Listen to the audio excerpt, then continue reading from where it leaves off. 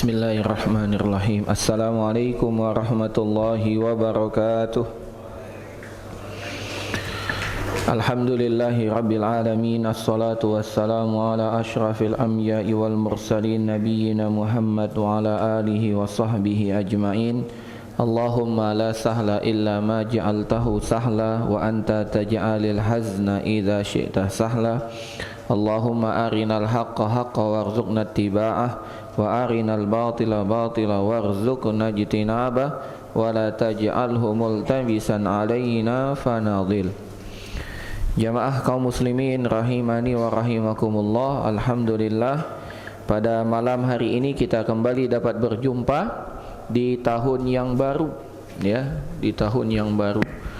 Sekarang kita sudah masuk di tahun 1444 Hijriyah, subhanallah. Ya.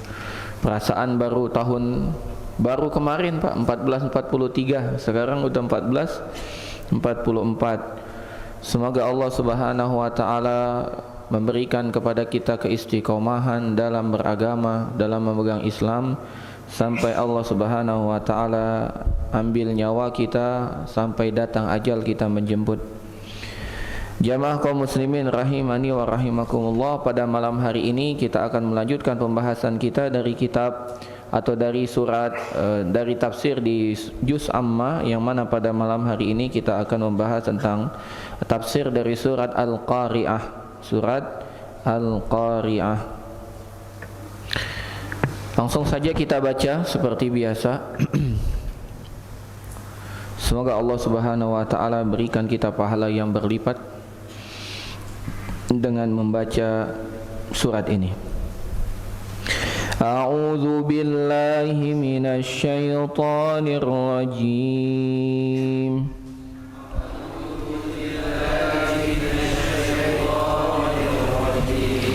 Bismillahirrahmanirrahim.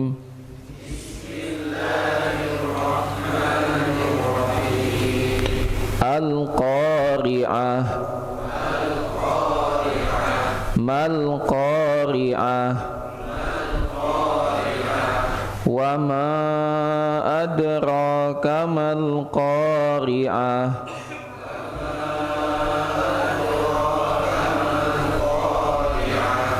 Yauma yakunun nasu kal farashil mabsus.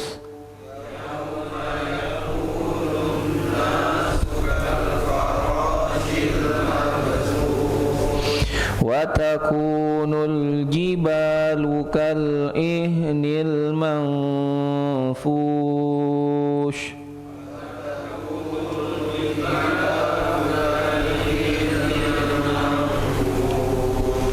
Fa amma man saqulat mawazinuhu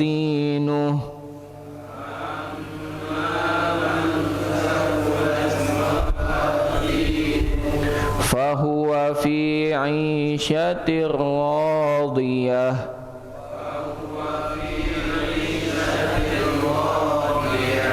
Wa amma man khaffat mawazinuhu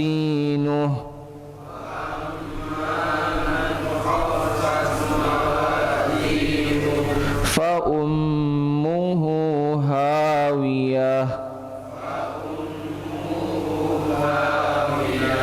Wa ma adraka ma hiyah.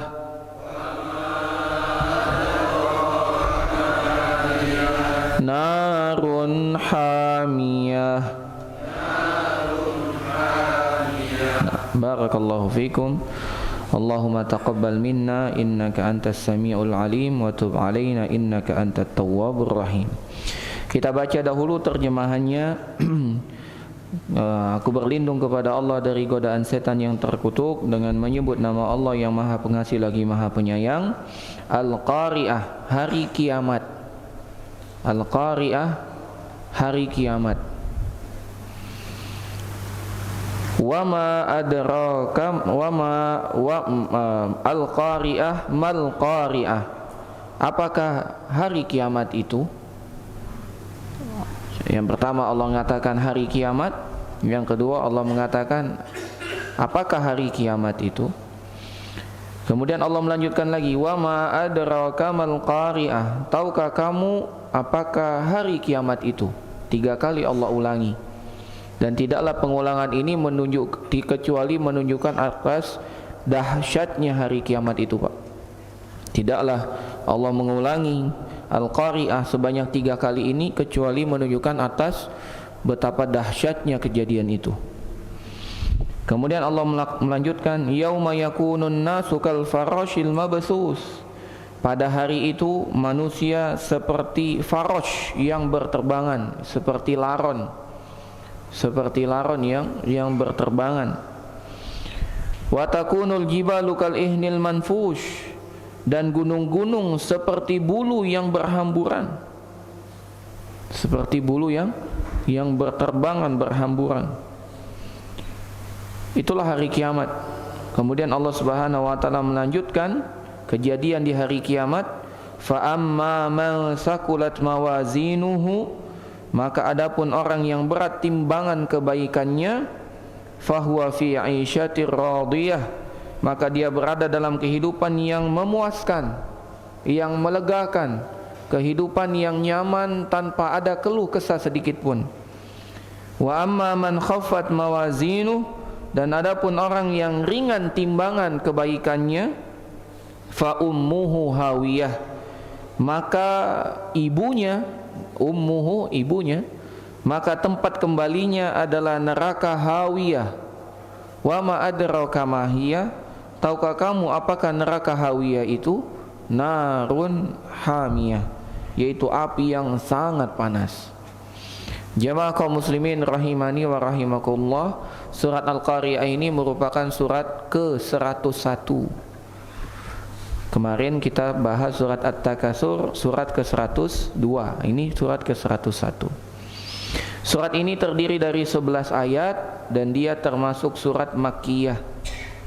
Surat ini terdiri dari 11 ayat dan termasuk surat Makkiyah. Dalam surat ini Allah Subhanahu wa taala menjelaskan tentang kejadian hari kiamat. Demikian juga Allah Subhanahu wa taala menegaskan kepada orang-orang yang tidak percaya tentang kejadian hari kiamat tersebut bahwasanya hari kiamat betul-betul akan terjadi dan semua akan mendapatkan hasil dari amalnya selama di dunia. Jamaah kaum muslimin rahimani wa rahimakumullah, Al-Qari'ah sendiri adalah salah satu nama dari hari kiamat. Jadi hari kiamat ini banyak Pak namanya Pak. Yang pertama Al-Qiyamah, Yaumul Qiyamah. Hari kiamat dikenal dengan Yaumul Qiyamah. Kenapa disebut dengan Yaumul Qiyamah? Qiyamah artinya berasal dari kata qiyam. Qiyam artinya berdiri. Disebut Yaumul Qiyamah karena pada hari tersebut semua manusia dibangkitkan dari dalam kuburnya, berdiri. Bahkan berdirinya bukan hanya berdiri tanpa alas kaki, berdiri tanpa pakaian, berdiri tanpa dikhitan. Ketika Nabi SAW menjelaskan tentang kejadian ini, Aisyah Ummul Mukminin bertanya, "Ya Rasulullah, ayanzuru ba'duna ba'da?"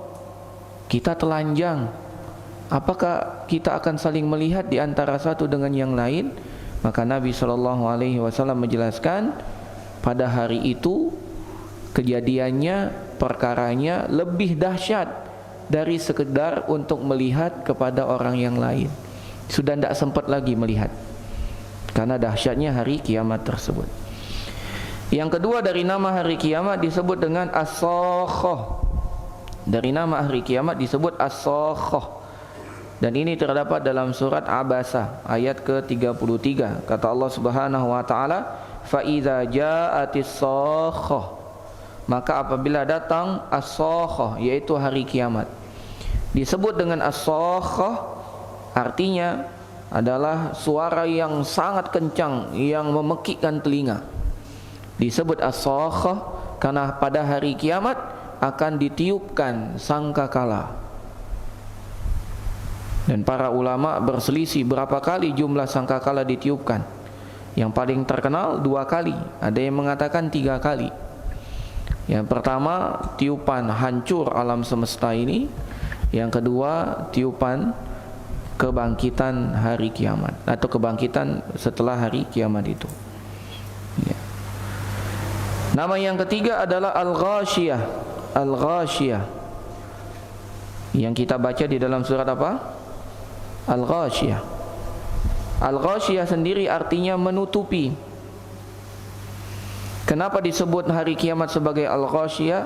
Karena pada hari tersebut bencana dan huru-hara menutupi semua alam semesta ini. Ya.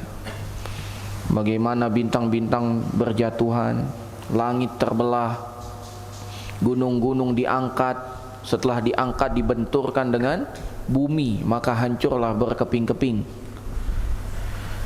Demikian juga yang keempat dari nama hari kiamat adalah Yaumul Hisab. Yaumul Hisab. Hisab sendiri artinya perhitungan. Hari perhitungan. Kenapa disebut dengan hari perhitungan? Karena pada hari tersebut semua amal ibadah akan dihitung. Akan dihitung. Bahkan dalam surat yang kita baca setiap pekan, dalam surat Al-Kahfi, Allah Subhanahu wa taala berfirman, orang-orang kafir mengatakan, "Mali hadzal kitab?" Kitab apa ini? "La yughadiru shaghiratan wala kabiratan illa ahsaha." Tidak ada satupun amal perbuatan kecuali tertulis di dalam kitab itu, baik yang kecil apalagi yang besar.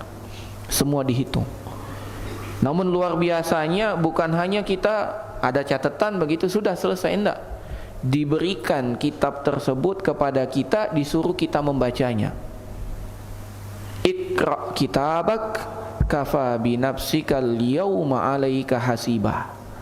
Baca kitabmu ini, silakan hitung sendiri dirimu. Dan Allah akan bertanya kepada kita, laisa bainana wa bainallahi turjuman. Tidak ada penterjemah antara kita dengan Allah. Langsung dia ada bicara. Fulan, dasarkan buku catatan jam sekian hari ini antum melakukan itu. Betul? Lisan ingin mengelak, namun ternyata pada hari tidak bisa bicara. Sebagaimana yang Allah firmankan di dalam surat apa Pak?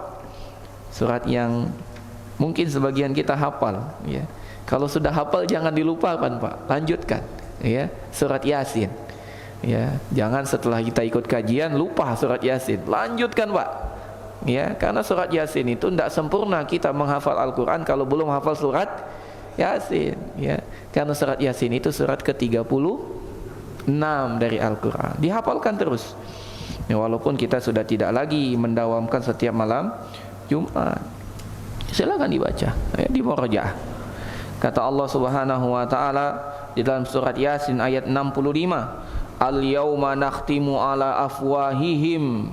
Pada hari itu kami kunci mulut-mulut mereka. Wa tukallimuna aydihim, dan akan berbicara kepada kami, kata Allah, tangan-tangan mereka. Wa tashhadu arjuluhum, dan kaki-kaki mereka yang bersaksi, bima kanu yaksibun, atas apa yang mereka telah kerjakan. Enggak bisa ngelak kita Pak. Lisan ingin berkata enggak ya Allah, minta uzur enggak, tangan mengatakan aku saksinya ya Allah, dia melakukannya. Ya. Kita mau ngelak, kaki ngomong aku saksinya ya Allah, memang dia melangkah ke sana. Subhanallah. Sehingga kata para ulama, kenapa ada yaumul hisab? Bukan hanya ditasi kitabnya kemudian kita selesai, tapi bahkan ditanya satu persatu. Dan alangkah lamanya hari itu Pak, satu orang ditanya. Kalau dia hidup 63 tahun, tiap detik ditanyai oleh Allah. Tidak ada yang tertinggal. La yughadiru saghiratan wala kabiratan illa ahsaha. Per detik. Alangkah lamanya Pak, alangkah lamanya. Ya, maka kalau kita tidak bisa mengisi hari-hari kita dengan ketaatan, tahan. Jangan sampai mengisi hari kita dengan dosa dan maksiat. Tahan. Yang ke berapa Pak? 6 ya. Yang kelima, dari nama hari kiamat adalah Yaumuddin, yang kita baca di surat Al-Fatihah, Maliki Yaumiddin, Yaumuddin. Kenapa disebut dengan Yaumuddin? Yaumuddin artinya hari pembalasan, di mana pada hari tersebut Allah akan membalas semua amalan hambanya dengan balasan yang sempurna. Tidak ada balasan yang tidak sempurna, sempurna semuanya. Yang keenam disebut juga hari kiamat itu dengan Yaumul Mizan, hari pertimbangan, ditimbang. Dan ditimbang ini bukan hanya amal ibadah kita, bahkan badan kita ditimbang, kitab catatan amal kita pun ditimbang semua. Ya. Oh, enak dong, berarti kita di dunia ini apa Pak? Memberatkan berat badan. Ya, kenapa? Nanti ketika ditimbang berat kita. Ya. Nanti kita baca bahwasanya nanti di hari kiamat ada orang yang badannya besar luar biasa, namun tidak berpengaruh sama sekali dengan timbangan kebaikannya. Ya. Karena yang menjadikan orang berat atau ringan di hari kiamat itu bukan berat badannya, tapi amal kebajikannya. Walaupun dia kurus, paling kurus di dunia ini, kalau amal ibadahnya banyak dan ikhlas serta ittiba kepada Rasul, dia yang paling berat nanti di hari kiamat. Dan yang ke-7 dari nama hari kiamat yang dapat kita sebutkan pada malam hari ini, Al-Qari'ah, yaitu surat yang kita baca, yang artinya ketukan keras, ya, ketukan yang begitu dahsyat.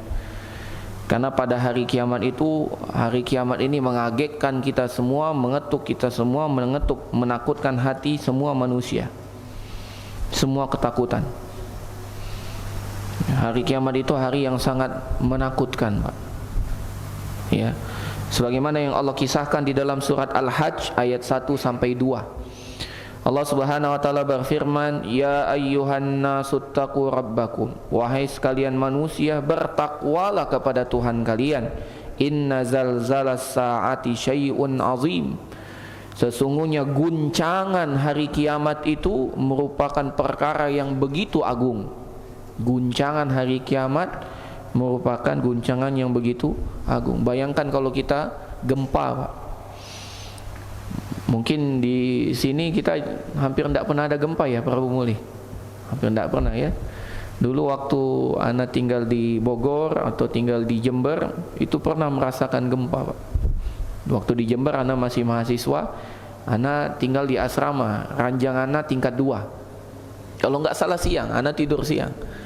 Jadi ketika ana tidur itu seperti ranjang ana itu digoyang sama orang. Ketak. Ana marah, ana mau tidur, jangan ganggu. Ketak. Ana lihat orang semua berlari. Wah, ini gempa, ana bilang. Jadi ana langsung terjun dari ranjang tingkat 2 itu, langsung lari keluar. Dan ternyata itu gempa hanya hitungan detik, Pak. Cuman hitungan detik kan, paling berapa? 30 detik gitu kan. Itu saja sudah kita bikin tidak sadar lagi. Mana ada orang dari ranjang 2 turun perlahan naik tangga, itu tidak ada. Bahkan ada teman kita itu terjun dari lantai 2 bangunan, Pak, langsung ke bawah. Ya. Bayangkan, itu padahal hitungan gimana nanti hari kiamat goncangannya, gunung diangkat, dibenturkan dengan bumi, hancur luluh lantah, langit tiba-tiba terbelah jadi merah, tiba-tiba bintang berjatuhan menempa bumi. Apakah itu hitungan detik? Makanya Allah melanjutkan pada ayat kedua, yauma tarawunaha tadhhalu kullu murdi'atin amma arda'at. Pada hari itu kalian akan melihat ibu-ibu yang sedang menyusui anaknya melepaskan anaknya dari susuannya. Dilepas begitu saja, Pak. Wa tada'u kullu zati hamlin hamlaha, dan setiap perempuan yang hamil tiba-tiba keguguran meninggalkan kandungannya. Wa taran nasa sukara, dan kamu melihat semua manusia mabuk. Wa ma hum bisukara, namun sejatinya mereka tidak sedang mabuk. Walakinna azaballahi syadid, namun azab Allah yang begitu perih, begitu kencang, begitu kuat. Ya. Itu hari kiamat, Pak, mengerikan sekali. Dalam ayat yang lain, hari kiamat itu menjadikan bayi, anak kecil itu menjadi penuh uban.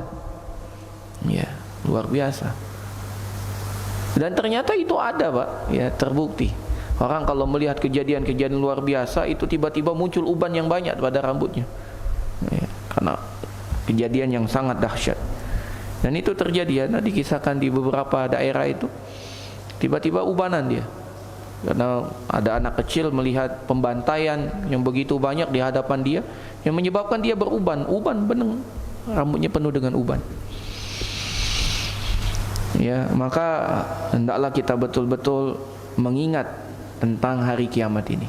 Hidup kita di dunia ini sebentar sekali, ya, dibandingkan dengan hari menunggu saja ketika kita di alam barzakh.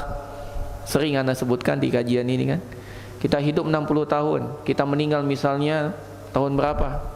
Tahun 1990, kita umur kita 20 tahun misalnya. Sekarang umur kita yang meninggal 20 tahun di usia 1990, sekarang udah umurnya 32 tahun. Lebih lama umurnya dikuburkan di kuburan daripada umurnya sendiri. Ya. Ada seorang ibu meninggal tahun 1992. Ya, umurnya 25 tahun. Sekarang 92 ke 2022 berapa? 30 tahun. Lebih tua umurnya di kuburan daripada umur dia hidup. Itu baru di dunia. Gimana nanti kalau sudah menunggu hari kiamat? Ya, luar biasa. Maka hendaklah kita betul-betul menahan diri. Kalau kita tidak mampu beramal kebajikan, tahan, jangan sampai berbuat dosa dan maksiat. Itu aja kunci hidup itu, demikian mudah, Pak. Belum mampu kita melakukan banyak kebajikan, tahan, jangan sampai buat dosa dan maksiat. Tidak bisa kita ngaji, belum bisa kita banyak mengaji tilawah Al-Quran, maka jangan ngomongin orang, gitu ya. Kalau tidak bisa juga, ya sudah, tidur aja, sudah lebih baik, ya. Tidak bisa kita hadir kajian, minimal jangan nonton yang lain, jangan nonton dangdutan. Inilah tidak kajian, datang dangdutan, itu jangan, tinggalkan. Kalau kita tidak bisa, di rumah sudah, ya. Tapi kalau bisa datang ketaatan jauh lebih baik, gitu. Kemudian Allah Subhanahu wa taala juga mengisahkan tentang hari kiamat di dalam surat Thaha ayat 102. Kata Allah Subhanahu wa taala, "Yauma yunfakhu fis-sur wa nahsyurul mujrimina yauma idzin zurqa." Pada hari kiamat sangkakala ditiup yang kedua kalinya. Dan pada hari itu kami kumpulkan manusia-manusia yang berdosa dengan wajah biru muram, penuh ketakutan. Demikian juga Allah Subhanahu wa taala berfirman di dalam surat Abasa ayat 33 sampai 37. Fa idza ja'atis sakhah, maka apabila telah datang as-sakhah, suara yang kencang yang menakutkan itu, yaitu hari kiamat, yauma yafirul mar'u min akhi, di hari di mana seorang lari dari saudaranya, wa ummihi wa abi, lari dari ibu dan bapaknya, wa sahibatihi wa bani, lari dari istri dan anak-anaknya. Likulli imri'im minhum yauma idzin sya'nu yughni, setiap orang memiliki urusan pada hari itu yang menyibukkannya. Tak mikirin mana anakku, mana istriku, mana bapakku, mana ibuku, mana saudaraku, tapi yang dipikirkan diriku. Ya. Bagaimana tidak diriku, Pak? Sedangkan matahari didekatkan dengan kepala kita 1 mil. Dalam kondisi kita tidak memiliki pakaian, tidak punya pohon untuk bernaung, Pak. Tidak punya payung untuk kita berteduh, tidak bisa.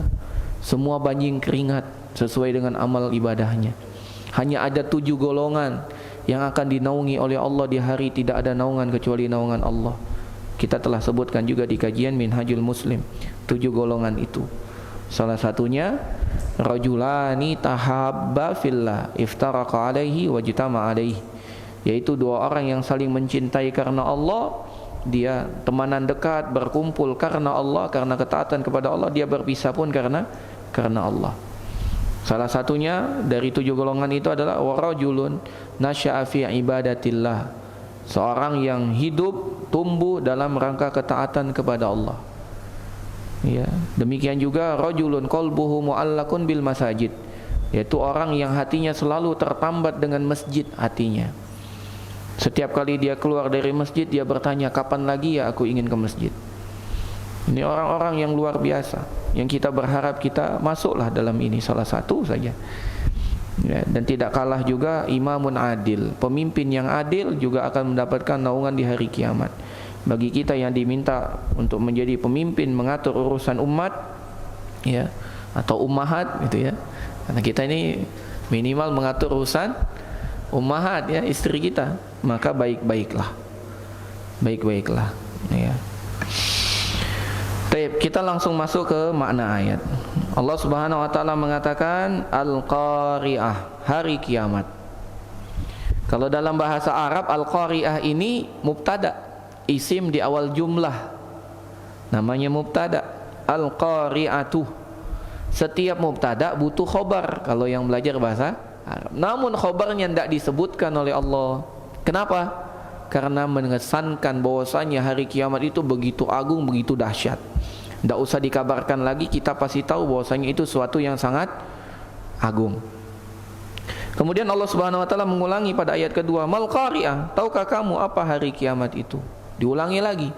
Dan tidaklah pengulangan dalam bahasa Arab kecuali menunjukkan atas taukid, penegasan. 2 kali. Ayat ketiga diulangi lagi, wa ma adraka mal qari'ah, tahukah kamu apakah hari kiamat itu? Diulang sampai 3 kali. Ini menunjukkan atas pentingnya perkara tersebut dan dahsyatnya. Sebagaimana yang Allah firmankan juga sejenis dengan ini dalam surat Al-Infitar ayat 17 sampai 18. Kata Allah Subhanahu wa taala, wa ma adraka ma yaumuddin, summa ma adraka ma yaumuddin, dan tahukah kamu apakah hari pembalasan itu? Sekali lagi, tahukah kamu apa hari pembalasan itu? Diulang-ulang menunjukkan atas dahsyatnya dan pentingnya perkara itu. Kemudian Allah Subhanahu wa taala melanjutkan, yauma yakunun nasu kal farashil mabsus. Pada hari kiamat itu, kalau kalian belum tahu apakah hari kiamat, pada hari kiamat itu manusia, ya, menjadi seperti farosh yang berterbangan, laron. Coba bayangkan laron, Pak, pernah lihat laron enggak? Nah ya, gimana laron terbangnya? Ngacak kan dia, dia mendekat kepada sumber cahaya, sampai mereka bertabrakan, akhirnya jatuh. Begitulah kita di hari kiamat gambarannya. Dan betapa banyak dalam Al-Quran Allah memberikan permisalan agar sesuatu itu memang belum kita lihat, namun dapat kita pikirkan gitu, pendekatan pikirannya. Makanya dikiaskan oleh Allah Subhanahu wa taala, kal farashil mabsus, seperti laron yang berterbangan. Saking bingungnya laron itu mau terbang kemana, mereka nabrak-nabrak sendiri sehingga mereka binasa. Ya sekarang alhamdulillah lampunya tidak pakai api. Coba kalau kita pakai obor, mati itu laron kena api, karena dia menganggap itulah tujuan dia terbang, sehingga dia hancur, mati, terbakar di tempat itu. Begitulah gambaran kita di hari kiamat. Lari, Pak, kita, Pak. Dikisahkan bahwasanya manusia itu di hari kiamat lari, karena begitu mereka dibangkitkan sudah disuruh tunggu, dan tidak ada perintah apa-apa, disuruh tunggu saja sudah. Bingung mereka, matahari sudah dekat, mereka banyak keringat. Apa yang harus kami lakukan? Mereka bingung, maka mereka pun lari sana sini, sana sini, sana sini, sampai mereka datang kepada Nabi Adam. Tak dapat petunjuk, datang kepada Nabi Nuh. Tak dapat juga datang kepada Nabi Ibrahim. Tak dapat juga datang kepada Nabi Musa. Tak dapat juga Nabi Isa. Sampai Nabi Isa mengatakan, datanglah kepada Muhammad. Ketika datang kepada Nabi Muhammad pun datang menghadap Allah. Untuk apa? Syafaatul uzma, syafaat yang paling besar. Jadi syafaat yang paling besar itu syafaat apa? Syafaat yang dimintakan oleh Rasul kepada Allah untuk dimulainya hari perhitungan. Karena manusia sudah dibiarkan begitu saja, tidak tahu, dengan begitu banyak azab. Ya, belum lagi kalau seandainya di hari kiamat itu kita melakukan dosa, Pak. Kalau seandainya kita di dunia ini sebagai orang yang sombong, kita dibangkitkan di hari kiamat itu lebih kecil daripada semut. Orang lari sana sini, kita dihinakan, diinjak-injak, tidak dipedulikan orang. Ya, belum lagi kalau yang apa? Kalau yang maling tanah, Pak, ditimpakan bumi, dia harus menggendong bumi ini. Oh, sambil lari dia gendong bumi ini. Gimana caranya, Ustaz? Itulah kejadian di hari kiamat. Ya, mungkin hal-hal yang tidak masuk akal, tapi yakin itu pasti terjadi. Yang punya banyak istri namun tidak bisa adil dengan istri, bahunya miring sebelah, ya, dan diketahui oleh orang, tapi tidak peduli orang. Oh, dia tahu ini orang yang tidak adil dengan istrinya. Ya. Adapun orang-orang yang beriman seperti orang yang meninggal dalam kondisi ihram, maka dia dibangkitkan dalam kondisi mulabbiyan, bertalbiyah, labbaik Allahumma labbaik. Bagi orang yang meninggal dalam medan peperangan, mereka dalam kondisi darahnya tetap mengalir, cuman bukan bau amis, bau darah, tapi baunya apa? Bau harum. Ya, begitu juga orang yang meninggal ya, dan dia adalah seorang muazzin, ya, maka lehernya paling panjang di antara manusia. Ya. Kalau orang yang makan riba, maka dia dibangkitkan di hari tersebut seperti orang kesurupan, seperti orang gila. Ya. Maka berhati-hati penerbangan. Demikian juga Allah Subhanahu wa taala berfirman di dalam surat Al-Qamar yang semisal dengan ayat keempat ini. Kata Allah Subhanahu wa taala, khusya'an absaruhum yakhrujuna minal ajdasi ka'annahum jaradun muntashir. Pandangan mereka di hari kiamat tersebut tertunduk ketika mereka keluar dari kuburan, seakan-akan mereka belalang yang berterbangan. Itu kondisinya seperti belalang, loncat sana, loncat sini, wah, berserakan. Ya. Kalau laron tadi berkumpul tapi saling, ya. Kalau belalang loncat sana, loncat sini, loncat sana, bingung. Ya. Kejadian yang begitu mengerikan. Kemudian Allah Subhanahu wa taala berfirman, wa takunul jibalu kal ihnil manfush, dan gunung-gunung seperti bulu yang dihamburkan. Ya. Al-ihan dalam bahasa Arab artinya bulu yang diambil dari hewan yang bisa bulunya tersebut dijadikan pakaian, seperti domba, wool. Yang mana kalau kita ambil bulu tersebut, ketika kita ambil bulu tersebut, maka kita lihat ada yang berterbangan. Nah, seperti itulah jadi gunung di hari kiamat kelak, berterbangan itu. Ketika ngambil kita wool tersebut dari badan, apa namanya, bulu-bulu domba itu kan, ketika kita ambil ada bulu yang terbang kena angin. Nah, itulah gunung pada hari kiamat. Seperti itulah. Dan kondisi gunung di hari kiamat itu terbagi menjadi dua. Pertama kali diangkat dari pondasinya, dia berjalan, diangkat dari pondasi, berjalan. Yang kedua, gunung tersebut diangkat tinggi kemudian dibenturkan dengan bumi, hancur. Diangkat dulu, ya.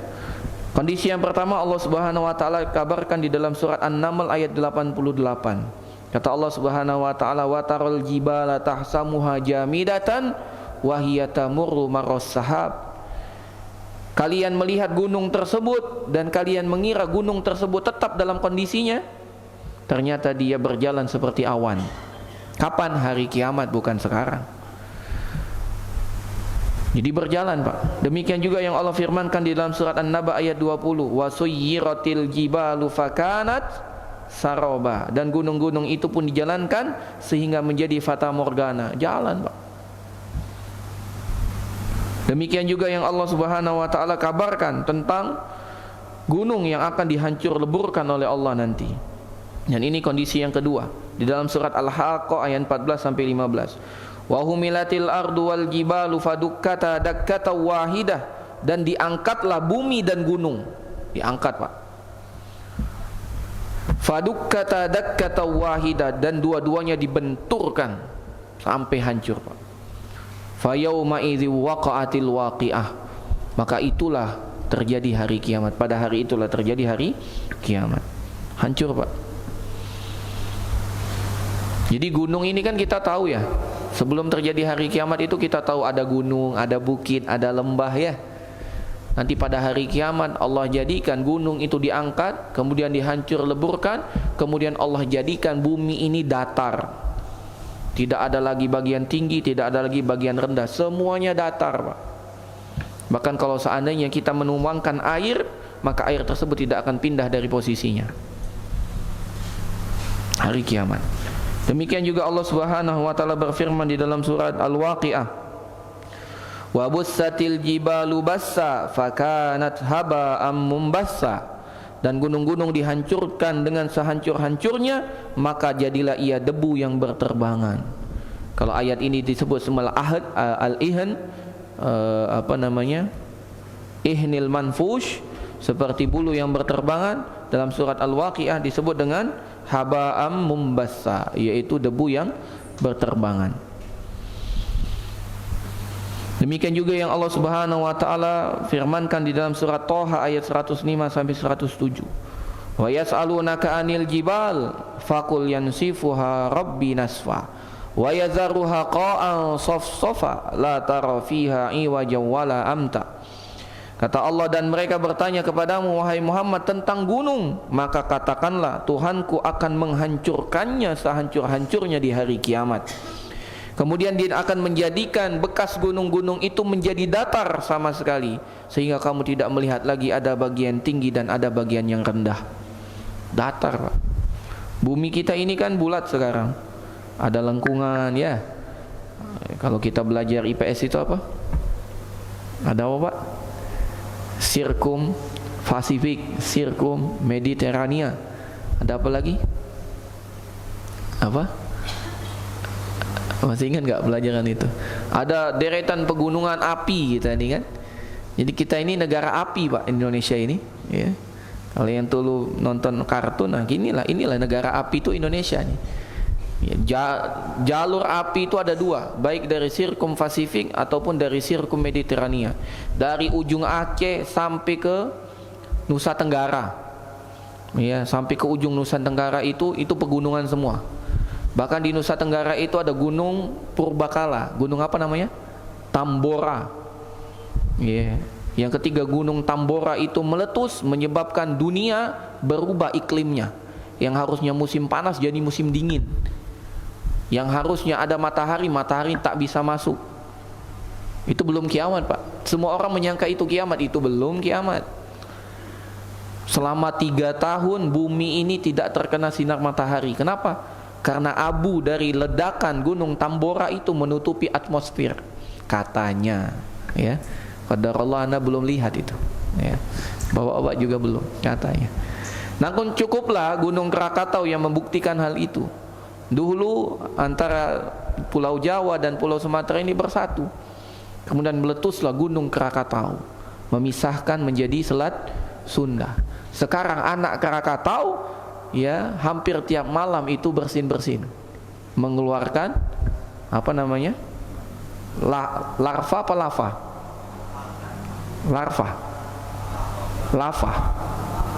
Laharnya ya. Mengeluarkan lahar apinya. Ini apa? Erupsi ya. Kalau di Jawa namanya apa? Wewe gombel apa? Itu.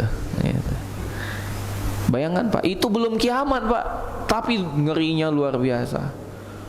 Dulu waktu Anda di Jember itu ada ini, gunung apa? Tahun 2013 itu? Kelut ya? Erupsi Gunung Kelut. Itu Jember kena dampak, Pak.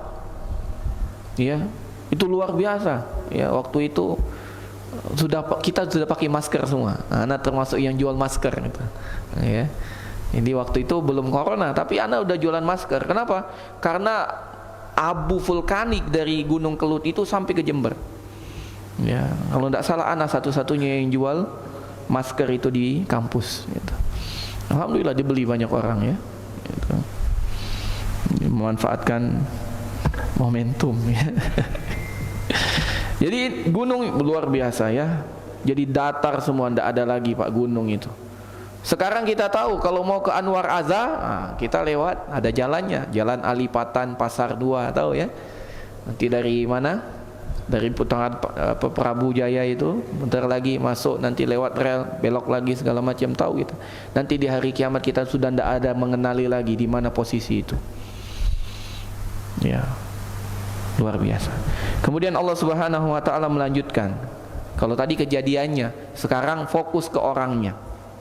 Fa amma man sakulat mawazinuhu, maka adapun orang yang berat timbangan kebaikannya. Ya. Dan di sini disebut mawazin, timbangan. Dan dalam bentuk jamak. Pertanyaannya, apakah timbangan di hari kiamat itu banyak atau satu? Para ulama berselisih pendapat.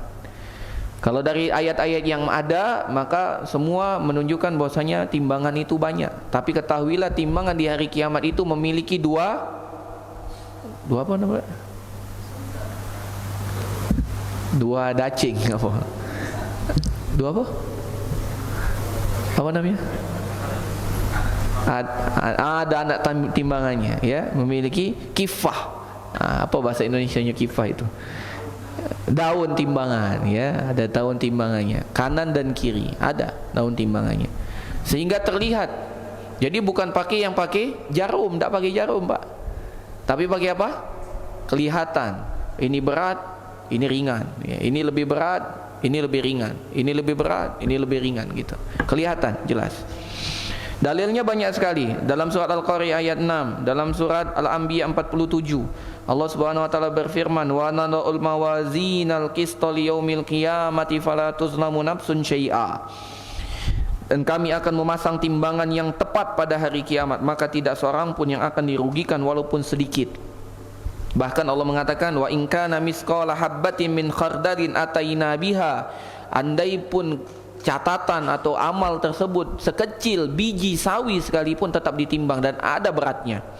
Wa kafa bina hasibin, dan cukuplah kami yang akan menghitung itu semua. Ini dalam Al-Quran.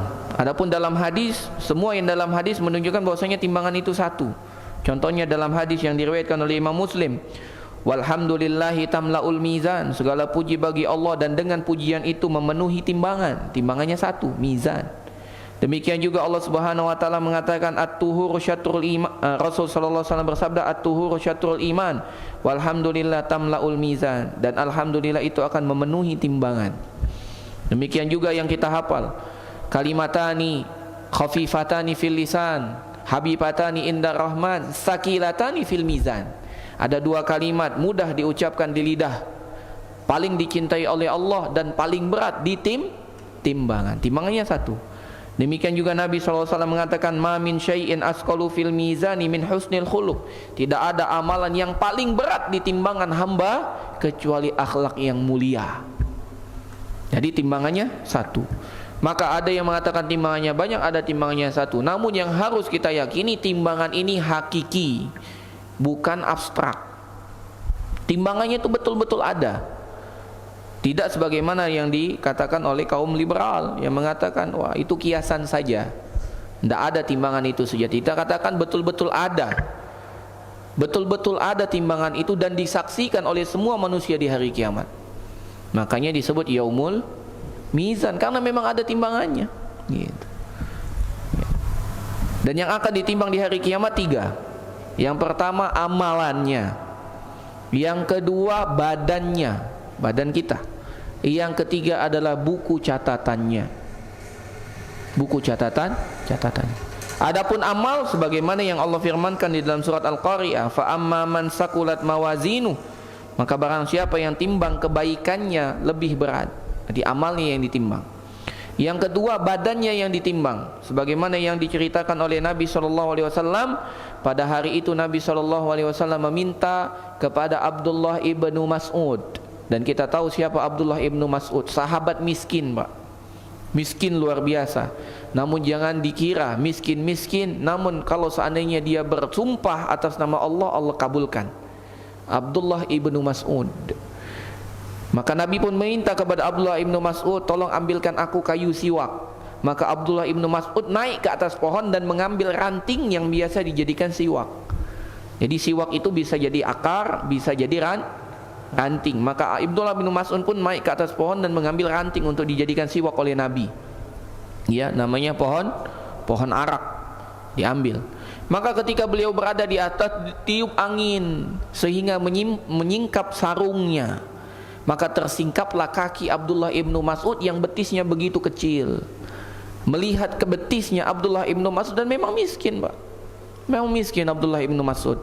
Bahkan dalam kisah yang lain, istrinya minta izin.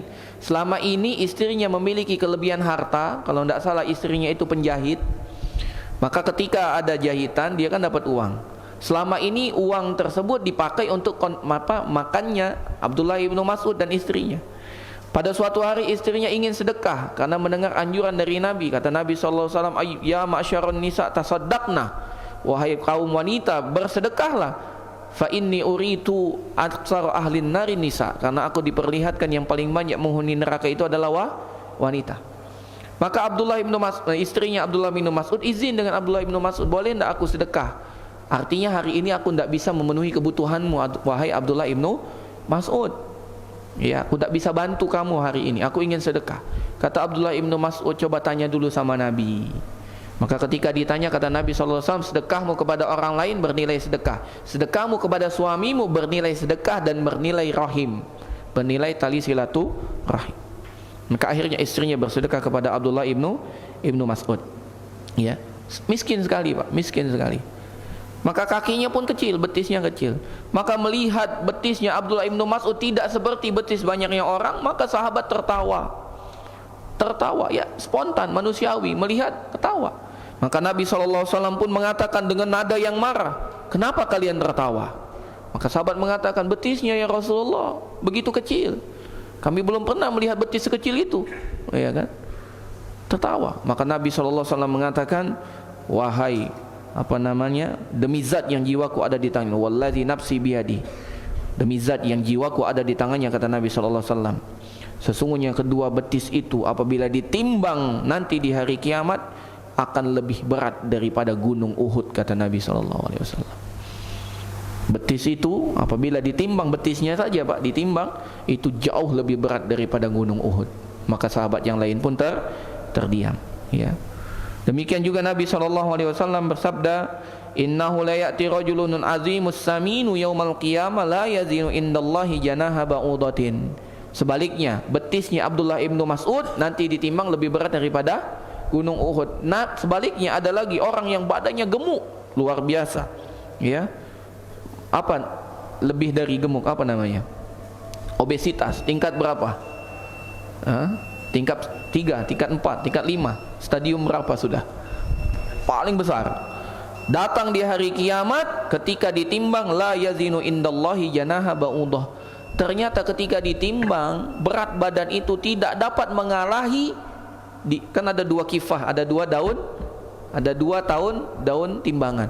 Satu badannya dibandingkan dengan 1 sayap nyamuk, tidak bisa dia mengalahkan 1 sayap nyamuk, masih tetap sama timbangannya. Subhanallah. Dan Nabi SAW, sesungguhnya pada hari kiamat akan datang seorang yang sangat gemuk, tetapi timbangannya di sisi Allah tidak melebihi berat sayap seekor nyamuk. Ditimbang sayapnya saja Pak, ditimbang dengan orang sebesar itu, tidak bisa dia mengalahkan sayap nyamuk ini. Harusnya kan langsung kan gitu. Ini tidak sama. Subhanallah. Maka kita harus betul-betul, ya, mengintrospeksi diri. Tidak apa-apa kita hidup di dunia ini serba kekurangan Pak, yang penting bekal akhirat kita banyak, ya. Jangan sampai kita penuhi semua keinginan kita di dunia, namun di akhirat nanti kita menyesal, menyesal, ya. Orang yang bahagia adalah orang yang dapat memenuhi hari-hari dunianya untuk kepentingan akhirat, bukan sebaliknya. Yang mengorbankan kepentingan akhirat untuk kesenangan dunia, itu orang yang terbalik. Baik, kita lanjutkan setelah azan. Wassallallahu ala nabiyina Muhammad wa ala alihi wa sahbihi ajma'in. Alhamdulillah, salatu wassalamu ala Rasulillah wa ala alihi wa sahbihi wa mawalah. Kita balik lagi, jadi yang ditimbang yang pertama amalan, yang kedua badan, yang ketiga buku catatan. Dalilnya sebagaimana yang Nabi SAW kisahkan tentang hadis bitaqah, hadis tentang kartu. Nanti di hari kiamat Allah Subhanahu wa taala akan mendatangkan seseorang. Kemudian orang tersebut diberikan buku catatannya. Sebanyak 99 buku catatan. Setiap buku catatan ketika dibuka, catatannya sepanjang mata memandang. Dan tidaklah dia melihat buku catatan itu kecuali isinya semua dosa dan kesalahannya. Maka Allah pun bertanya kepadanya, ya. Kata Allah Subhanahu wa taala, apakah engkau ada alasan dengan yang kau lihat ini, kesalahan-kesalahanmu? Dia katakan tidak ada. Tanya lagi, apakah engkau punya kebaikan? Karena melihat kesalahannya sudah begitu banyak, dia katakan tidak punya lagi ya Allah. Semuanya kesalahan semua sudahlah. Kata Allah Subhanahu wa taala, tidak, bahkan engkau memiliki 1 kebaikan. Maka tiba-tiba Allah Subhanahu wa taala mengeluarkan 1 kartu. Bukan buku Pak. Tadi 99 apa? Buku, ini kartu. Ya. Kis, bukan. Bukan kartu kis. Ini kartu, namanya kartu yang bertuliskan la ilaha illallah Muhammad Rasulullah. Kartu yang berisikan la ilaha illallah Muhammad Rasulullah, asyhadu an la ilaha illallah wa asyhadu anna Muhammadar Rasulullah. Itu isi kartu tersebut. Kata Allah Subhanahu wa taala, kami tidak akan pernah menzolimi seorang pun pada hari ini. Maka ketika ditimbang buku catatan yang sebanyak itu dan ditaruhlah kartu itu di sisi yang lain, maka tiba-tiba timbangan itu lebih berat kepada kartu. Timbangan 99 catatan buku yang ketika dibuka sepanjang mata memandang kalah berat dibandingkan satu kartu. Maka kata para ulama, inilah keutamaan kalimat la ilaha illallah. Makanya kalau bisa kita sebelum kita meninggal ucapkan la ilaha illallah. Kalau kita tidak bisa, minimal kita mentalkin orang lain. Semoga kita berharap ketika kita meninggal kita ditalkin. Ya. Ada kisah yang luar biasa. Ada seorang alim minal ulama dari kalangan ahli hadis sedang menghadapi sakaratul maut. Yang datang adalah murid-muridnya. Murid-muridnya tidak enak karena gurunya yang paling berilmu. Gimana cara mentalkin guru? Ada rasa? Gimana cara mentalkin guru kita ya? Maka salah seorang dari mereka punya ide.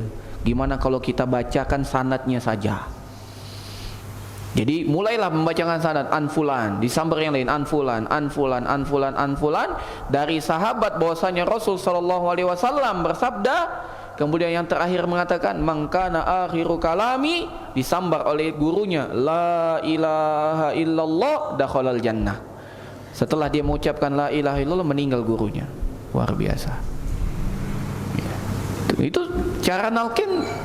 Ya kalau seandainya orangnya masih sadar ya bisa nalkinnya begitu. Tapi kalau orangnya sudah koma tidak sadarkan diri ya kita talkinkan pelan-pelan. Ya. La ilaha illallah. Tunggu Pak. Ucapkan la ilaha illallah. Ditunggu. Karena orang yang sedang sakaratul maut itu, apalagi yang tidak sadar, seakan-akan dia itu tenggelam di dasar lautan sehingga jauh dia mendengar suara itu. Maka betul loading. Jangan kita ketika sakaratul maut, ayo Pak, la ilaha illallah, la ilaha illallah, tidak terdengar apa-apa dia. Tapi kasih jeda. Ketika dia telah mengucapkan la ilaha illallah sudah diam, jangan ngomong lagi. Ya. Maka ini berkata Imam Ibnul Qayyim, kok bisa buku catatan keburukan yang begitu banyak kalah dengan satu catatan? Berarti la ilaha illallah ini canggih sekali. Ya, jadi orang hanya bertauhid saja sudah. Enggak.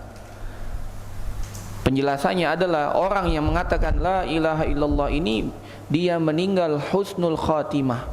Ketika di akhir hayatnya dia betul-betul menjalankan dari konsekuensi la ilaha illallah. Dia lepaskan semua kesyirikan, dia bertobat dari semua kesalahannya, sehingga yang tersisa dari kesalahan-kesalahan ini ya hanya apa yang dulu dia pernah kerjakan ditutupi dengan la ilaha illallah. Dan ini sesuai dengan sabda Nabi sallallahu alaihi wasallam yang ada juga dalam kitab Arba'in Nawawi. Kata Nabi sallallahu alaihi wasallam, ya bena Adam, innaka law ataitani bi qurabil ardi khataya summa laqitani la tusyriku bi syai'a la ataituka bi qurabiha maghfiratan. Wahai anak Adam, jika engkau mendatangiku dengan dosa sepenuh bumi, kemudian engkau datang kepadaku tidak berbuat syirik kepadaku dengan sesuatu apapun, maka aku akan datangkan ampunan sepenuh bumi juga. Jadi bukan berarti orang la ilaha illallah banyak maksiat, enggak Pak. Kalau orang la ilaha illallahnya benar, pasti maksiatnya dikit. Semakin dia bertauhid kepada Allah, tauhidnya akan semakin maksiatnya akan semakin hilang, ketaatannya akan semakin meningkat. Kenapa? Karena sejatinya ketika orang itu bermaksiat kepada Allah, tauhidnya itu berkurang, Pak.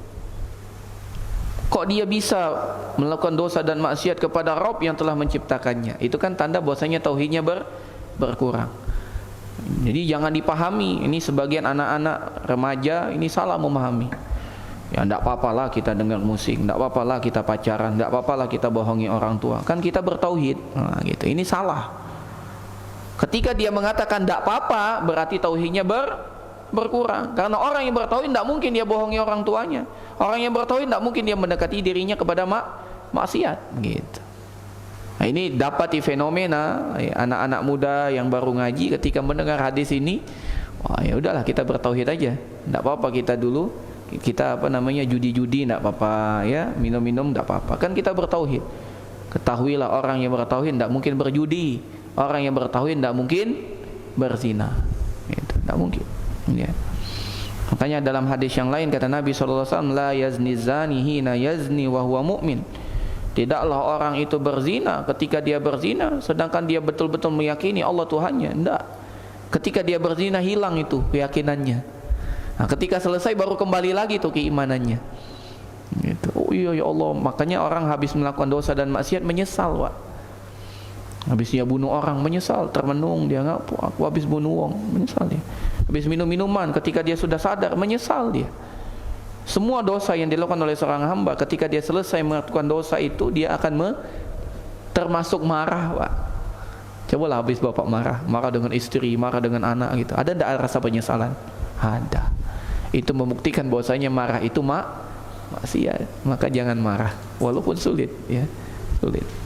Ya, kalau udah jadi bapak itu pasti nak marah tuh lah dengan anak ya. Kalau tak marah sepertinya belum jadi bapak.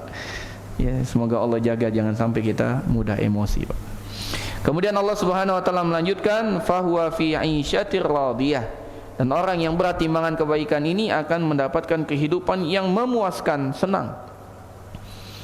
Dan kesenangan di surga itu sempurna, Pak. Sering Anda ceritakan juga kan? Kalau kita di dunia makan duren 1 2 3 4 5 6 pingsan, Pak. Gitu. Ya enggak? Iya. Tapi kalau di surga rasa terakhir dari durian jauh lebih nikmat dari rasa yang pertama. Kalau di dunia rasa terakhir sudah enak daripada rasa kalau di akhirat di surga rasa terakhir paling enak. Begitu juga dengan istri. Kalau di dunia, wah, yang enak tuh pengantin baru, Pak. Seakan-akan dunia hanya milik berdua gitu kan. Tapi kalau udah 10 tahun, 20 tahun, 30 tahun, yang tersisa tinggal apa, Pak? Tinggal rahmahnya saja. Ya, sayang, kasihan gitu kan. Kalau di surga enggak, Pak. Rasa terakhir itu paling nikmat. Ya. Kayaknya yang terakhir ini lebih gadis dari yang pertama. Nah, gimana tuh? Kalau kita kan yang pertama tuh rasa gadis tuh. Yang terakhir sudah bukan gadis lagi tuh. Kalau di surga yang terakhir itu gadis tuh. Biasa. Di dunia, Pak, di dunia kita memiliki kesenangan, kita punya harta, bisa beli apapun misalnya, beli makanan misalnya, ya, seenak apapun makanan yang kita makan, akhirnya orang akan pergi meninggalkan kita. Kenapa? Karena kita harus mengeluarkan makanan itu dari badan, betul enggak? Di surga enggak ada, Pak. Enggak ada buang air besar, tidak ada buang air kecil, tidak ada apa lagi? Sendau apa namanya? Semua nggak ada. Yang ada hanya keringat. Keringatnya pun lebih wangi dari minyak kasturi. Wanita, ya, secantik-cantik wanita yang ada di muka bumi ini, Pak, kalau dia kentut pasti kita lari, Pak, ya. Apalagi kentutnya tak berbunyi, itu paling dijauhi, Pak. Tiba-tiba aja tersebar, wah ini bawa apa ini, kan lari kita. Apalagi itu ada suaranya, boom gitu kan, wah lari kita. Di surga ndak ada wanita itu kentut, Pak, ndak ada. Jangankan kentut, hamil saja ndak. Haid ndak pernah haid. Jadi ndak pernah ada palang merah. Kapanpun Bapak mau silahkan. Ndak usah menunggu. Luar biasa. Itu surga, Pak. Kalau di dunia kita punya uang masih capek, Pak. Karena kalau Bapak pengen beli duren harus mengeluarkan minimal paling capeknya itu mengeluarkan uang dari dompet. Nah, capek, waduh, capek banget, malesan mengeluarkan dompet. Bahkan kebanyakan kita kalau mau beli buah harus apa? Keluar dulu, pakai motor, pakai mobil, jalan cari beli buah. Milih durinya dulu, dicium dulu. Salah cium kena durinya, kena hidung. Itu di dunia. Di akhirat kalau kita pengen buahnya yang datang, Pak. Buahnya yang datang. Subhanallah. Aku pengen durian, tiba-tiba duriannya hadir. Masya Allah. Fahuwa fi 'isyatir radiyah. Makanya satu celupan yang melupakan. Didatangkan orang yang paling susah hidupnya di dunia, dan dia termasuk penghuni surga, dikasih celupan 1 kali di surga. Ditanya, kamu yang paling susah kan hidupnya di dunia? Iya betul. Gimana? Masih ingat gak rasa susah di dunia? Lupa ya Allah, semuanya nikmat. Kenapa? Karena telah merasakan 1 kali masuk surga. Itu baru sebentar Pak, 1 celup. Gimana kalau abadi di surga? Subhanallah. Sebaliknya orang yang paling senang di dunia namun termasuk penghuni neraka, dikasih celupan masuk neraka, sekali celupan. Ditanya, kamu orang yang paling senang kan hidupnya di dunia? Iya. Gimana, masih ingat gak kesenangan di dunia? Oh lupa. Yang aku rasakan hanya kesedihan, kepahitan, kesakitan. Maka dunia ini fana, ya. Kemudian Allah Subhanahu wa taala melanjutkan, fa amma man khaffat mawazinuh, dan adapun orang-orang yang ringan timbangannya, timbangan kebaikannya maksudnya, fa ummuhu hawiyah, maka tempat kembalinya adalah neraka hawiyah. Dalam ayat ini Allah mengatakan ummu. Ummu itu artinya ibu. Ummu itu artinya ibu. Maka para ulama tafsir membagi ada 2. Yang pertama, kenapa disebut dengan ummu? Jawaban pertama, karena disebut anggota tubuh yang paling penting dalam badan kita ini adalah kepala. Maka kepala itu disebut dengan umma ra'sihi. Kepala itu ibu itu adalah kepala dalam badannya. Maka yang dimaksud adalah orang tersebut akan dimasukkan dalam api neraka dalam kondisi kepalanya dulu yang masuk dalam api neraka. Dan neraka itu begitu dalam Pak, dasarnya begitu dalam. Pada suatu hari Nabi SAW mendengar suara bunyi yang begitu keras, dum. Maka Nabi bertanya kepada para sahabat, wahai sahabat, tahukah kamu suara apa itu? Maka kata para sahabat, Allah wa Rasuluhu a'lam, Allah dan Rasulnya yang paling mengetahui. Kata Rasul SAW, itu adalah batu di pinggir neraka yang 70 tahun yang lalu baru hari ini dia menyentuh pinggir neraka. Jadi kan neraka itu ada dalam dasarnya, ini baru nyentuh pinggirnya, belum sampai ke dasar paling bawahnya. 70 tahun Pak, batu. Berapa dalamnya? Dan lebih hebat lagi dan lebih mengerikan lagi, sedalamnya neraka itu penuh. Allah berfirman di dalam surat Qaf, halim talati wa taqulu hal min mazid. Wahai neraka, kata Allah, sudah penuh kamu? Neraka bertanya, memang masih ada tambahan ya Allah? Neraka yang begitu dalam penuh Pak, ya. Dan yang paling bawah dasar neraka adalah munafik. Semoga Allah lindungi kita dari sifat munafik. Arti yang kedua, kata para ulama tafsir, kenapa disebut ibu? Karena itu ibu bagi seseorang itu adalah tempat dia berlindung, tempat dia kembali. Dan kalau sudah dekat dengan ibunya, kalau dia lagi ada masalah atau apa dengan ibunya, dipeluk oleh ibunya, ibunya tidak mau melepas dia. Artinya apa? Allah samakan dengan ibu, neraka itu sebagai ibu. Ketika dia masuk ke dalam neraka itu, maka neraka tidak mau melepaskan dia, dipeluk erat oleh ibunya. Udah kangen, rindu, pengen ketemu dengan dia, maka dipeluk erat, tidak dilepas. Itu kata para ulama. Jadi 2 maknanya. Yang pertama masuk kepalanya dulu, yang kedua disebut karena neraka itu tidak akan pernah melepaskan orang tersebut dari dirinya. Kemudian Allah Subhanahu wa taala melanjutkan, wa ma adraka ma hiyah narun hamiyah. Tahukah kamu apa yang dimaksud dengan neraka hawiyah? Adalah api yang sangat panas. Tahukah kita jamaah sekalian betapa panasnya api neraka? Kata Nabi SAW sebagaimana diriwayatkan oleh Imam Bukhari, kata Nabi SAW, narukum juz'un min sab'ina juz'an min nari jahannam. Apimu yang ada di dunia ini wahai sahabat, wahai manusia, wahai sahabatku, api yang sekarang kalian gunakan itu hanya 1 bagian dari 70 bagian dari api neraka. 1 bagian. Yang mana 1 bagian itu menyebabkan ya kita dibakar mati Pak. Ya, bahkan kalau ada orang yang orang-orang non muslim yang punya keyakinan dikremasi itu, ya tidak ada lagi tersisa, hancur dia jadi abu. Nah, itu apinya di dunia. Dan api di akhirat itu, api di neraka itu adalah api yang telah dipanaskan terus. Bukan api yang redup, api yang terus dipanaskan. Yang bahan bakarnya adalah manusia dan bebatuan. bakar terus, makin panas, makin panas, makin panas. Maka ada dua pendapat ulama di sini tentang 70 kali api di dunia. Kata para ulama, yang pertama maknanya 70 kali itu betul-betul 70 kali. Jadi kalau panas di dunia ini berapa derajat? Bisa sampai berapa derajat paling panas? 1.000.000 derajat Celcius. Nah, kalikan 70, berapa itu? Jadi 70 juta derajat Celcius. Berapa paling panas di dunia ini? 70 kali lipat. Kata ulama yang lain, bahkan 70 itu adalah hitungan orang Arab menunjukkan atas banyak. Bukan hanya 70 tapi banyak sekali, artinya berlipat-lipat. Yang mana telah kita bahas di dalam surat Al-Humazah. Kata Allah Subhanahu wa taala, narullahil muqadah, yaitu api Allah yang dinyalakan, allati tattali'u 'alal afidah, yang begitu api itu menyentuh kulit sampai menyentuh dalam hati, dalam jantung kita. Yang kena tangan, namun yang terasa panas adalah hati kita. Artinya berkali-kali lipat, Pak. Namun bedanya kalau kita di dunia kena api mati, di akhirat tidak ada kematian.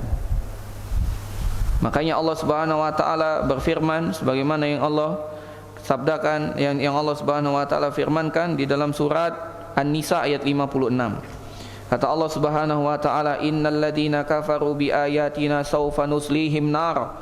Sesungguhnya orang-orang kafir dengan ayat-ayat kami akan jebloskan dia ke dalam api neraka. Kullama nadijat juluduhum baddalnahum juludan ghairaha.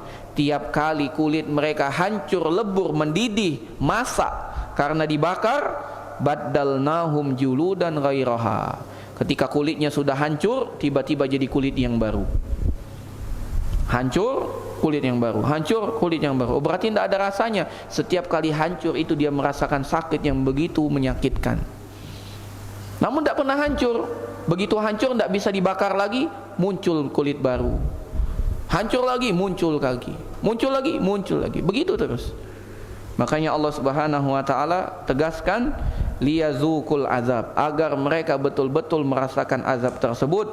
Innallaha kana azizan hakima, adalah Allah Maha Aziz, Maha Kuat, Maha Perkasa, Maha bijaksana. Dan sebagaimana yang Allah Subhanahu wa taala firmankan di dalam surat Al-A'la yang kita baca setiap hari Jumat, summa la yamutu fiha wa la yahya, kemudian dia tidak akan pernah mati dan dia tidak pernah hidup. Tidak disebut hidup karena dia mengalami siksaan yang begitu mengerikan, tidak disebut mati karena begitu dia hancur langsung dibangkitkan. Ya, nauzubillahi minan nar. Nauzubillahi minan nar. Bahkan saking capeknya mereka itu disiksa, Pak. Mereka minta istirahat. Minta istirahat. Ya, disabdakan dalam Al-Qur'an di dalam surat Ghafir ayat 49. Kata Allah Subhanahu wa taala, wa qala alladhina fi nari jahannam wa qala alladhina fin nari li khazanati jahannam, dan berkata orang-orang yang ada di dalam neraka kepada penjaga neraka. Siapa penjaga neraka? Malik. Ud'u rabbakum, tolong doa kepada Tuhanmu, yukhaffif anna yauman minal azab. Doakan kepada Tuhanmu, sehari saja kami minta cuti, minta minta libur sehari saja. Dari keabadian ini minta sehari aja istirahat. Apa kata penjaga itu? Qalu du'u, silakan doa sendiri. Wa ma du'aul kafirina illa fi dhalal. Doa-doa orang kafir tidak akan pernah diterima oleh Allah. Minta sehari, Pak, tidak bisa. Tidak putus asa mereka. Ngomong lagi mereka, wa nadau ya Malik. Mereka pun menyeru kepada malaikat Malik, penjaga neraka. Yang kata Nabi SAW, Malik tidak pernah tersenyum ketika Allah menciptakan neraka. Sejak Allah menciptakan neraka, Malik tidak pernah tersenyum. Sangar, Pak. Apa yang kata mereka? Liyaqdi alaina rabbuk. Malik, doakan kepada Tuhanmu, sudah bunuh saja kami. Minta cuti sehari tidak boleh, sudah bunuh saja kami. Apa kata Malik? Qala innakum makisun. Enggak, tetap rasakan, nikmati. Ya, nikmati terus. Tidak ada kematian untuk kalian. Dalam surat Zuhruf ayat 77. Ya, maka tidak ada tambahan, tidak ada keringanan, ya, kecuali ditambah oleh Allah Subhanahu wa taala dari azab api neraka. Sebagaimana yang Allah Subhanahu wa taala firmankan di dalam surat An-Naba 30, fazuku falan nazidakum illa azaba. Rasakanlah, kami tidak akan menambah kecuali azab. Kecuali azab, ya. Semoga Allah Subhanahu wa taala melindungi kita dari azab neraka yang demikian mengerikan. Dan semoga Allah Subhanahu wa taala memberikan kita ridho dan rahmatnya, dan dengan ridho dan rahmat Allah, Allah masukkan kita ke dalam surga, tempat hidup sejati bagi kita manusia. Karena sejatinya bapak kita, nenek moyang kita yang pertama Adam alaihissalam, Allah ciptakan dan Allah letakkan di dalam surga. Maka semoga kita dapat kembali ke kampung halaman kita yang sejati, surga Allah Subhanahu wa taala. Ini yang dapat kami sampaikan dari tafsir surat Al-Qari'ah. Semoga Allah Subhanahu wa taala menjadikan kita paham dan dapat mengambil pelajaran dari tafsir ini, dan menjadikan kita orang yang selalu berusaha bertakwa dengan sebenar-benarnya takwa kepada Allah. Lebih dan kurang kami mohon maaf, kepada Allah kami mohon ampun. Wassallallahu ala nabiyyina Muhammad wa ala alihi wa sahbihi ajma'in. Jika ada pertanyaan kami persilakan. Apakah orang yang beriman akan merasakan hari kiamat? InsyaAllah, barakallahu fiik. Pertanyaan bagus. Apakah orang beriman akan merasakan huru-hara hari kiamat? Kata Nabi SAW dalam sebuah hadis, beliau mengatakan, la taqumus sa'ah illa ala syirarin nas. Hari kiamat tidak akan pernah tegak, tidak akan pernah terjadi kecuali atas kaum yang paling buruk. Maka sebelum datang hari kiamat, Allah Subhanahu wa taala akan wafatkan semua orang yang memiliki iman dalam hatinya dengan angin yang berhembus. Angin itu begitu lembut, ketika orang beriman yang ada dalam hatinya keimanan, tiba-tiba dia mati meninggal.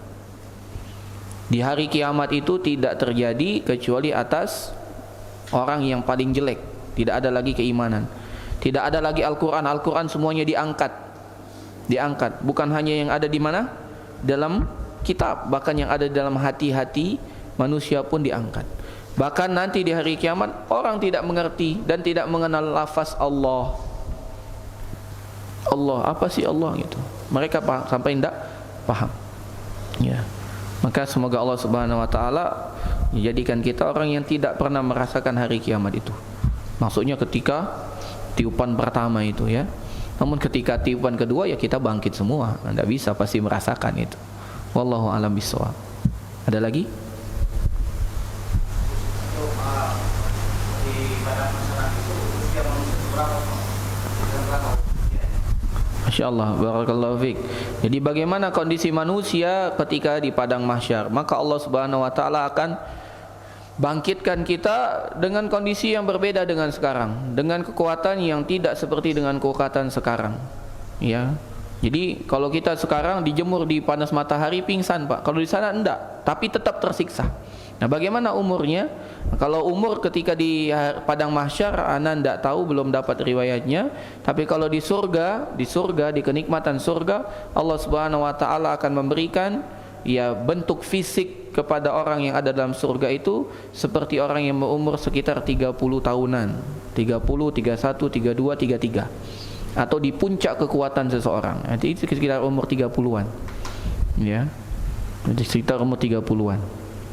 Ya, puncak kekuatan seseorang itu. Ya, kalau kita gambar kurva, nah dia itu pada klimaksnya, ya, pada di klimaksnya.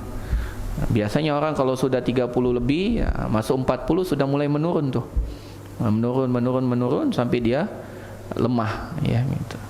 Maka kekuatan di surga nanti umur 30, dan nanti semua manusia nanti di surga akan dibangkitkan dengan bentuk bapaknya yang pertama Adam alaihissalam, yaitu 60 hasta, ya, dengan kondisi fisik yang begitu tinggi, yang begitu besar, dan diberikan kekuatan yang luar biasa, bukan kekuatan yang luar biasa, dari makannya, dari syahwat dengan bidadarinya, ya, luar biasa. Kalau sekarang satu istri lebih, Pak, ya. Nah, nanti kalau di surga nanti banyak, ya, bidadari, istri, pasangan banyak sekali, ya.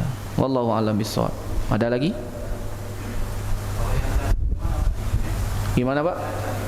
Orang yang cacat Tergantung. Kalau dia termasuk orang yang beriman, beramal soleh dan termasuk penghuni surga, catatnya semua dihilangkan menjadi orang yang paling tampan, paling cantik, paling istimewa. Sebagaimana yang Rasul sallallahu alaihi wasallam sabdakan kepada seorang nenek-nenek. Datanglah nenek-nenek kepada Nabi sallallahu alaihi wasallam, "Ya Rasulullah, apakah aku bisa masuk surga?" kata nenek-nenek tersebut. Maka Nabi menjawab, "Di surga tidak ada nenek-nenek." Maka nenek-nenek tersebut pun berpaling sambil menangis. Ya, di surga tidak ada nenek-nenek, betul enggak? Betul, tapi yang dipahami nenek itu dia tidak masuk surga. Kata Nabi SAW kepada sahabatnya, kabarkan kepada wanita tersebut, sesungguhnya dia akan masuk surga dalam kondisi perawan, bukan nenek-nenek. Perawan tua saat bukan, maksudnya gadis, maksudnya apa? Gadis tua, bukan apa? Dalam kondisi muda belia lagi, baru dia tersenyum dan senang lagi, ya. Jadi dirubah. Mungkin kita sekarang dalam kondisi cacat, tidak bisa melihat, atau ya ada kekurangan dalam kondisi fisik kita. Nanti Allah Subhanahu Wa Taala akan sempurnakan dengan kesempurnaan yang luar biasa. Bahkan bagi kita di dunia ini yang diuji dengan hilang penglihatan, ya maka Allah Subhanahu Wa Taala akan berikan ganjaran surga baginya. Kata Nabi SAW, "Man ubtuliya bihabibataini fasabar." Siapa yang diuji dengan hilangnya dua perkara yang paling ia cintai, yaitu dua matanya, dua penglihatannya, kemudian dia mampu bersabar, maka Allah akan gantikan baginya surga. Ya, sabar. InsyaAllah di surga dia tidak akan buta lagi, bahkan dia akan mendapatkan pandangan yang luar biasa. Yang dilihat hanya kenikmatan. Semoga Allah Subhanahu Wa Taala sempurnakan nikmat kita nanti di surga Allah.